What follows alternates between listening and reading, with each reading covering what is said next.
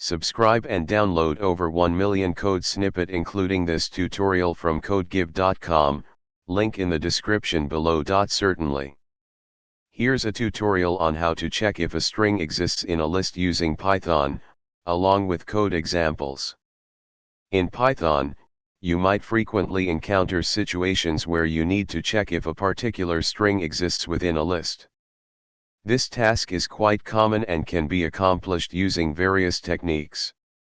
In this tutorial, we'll explore different methods to achieve this, catering to different scenarios and requirements. The simplest and most straightforward method to check if a string exists in a list is by using the in operator. This operator checks for membership in a sequence, such as a list. Another way to check for the existence of a string in a list is by using the index method.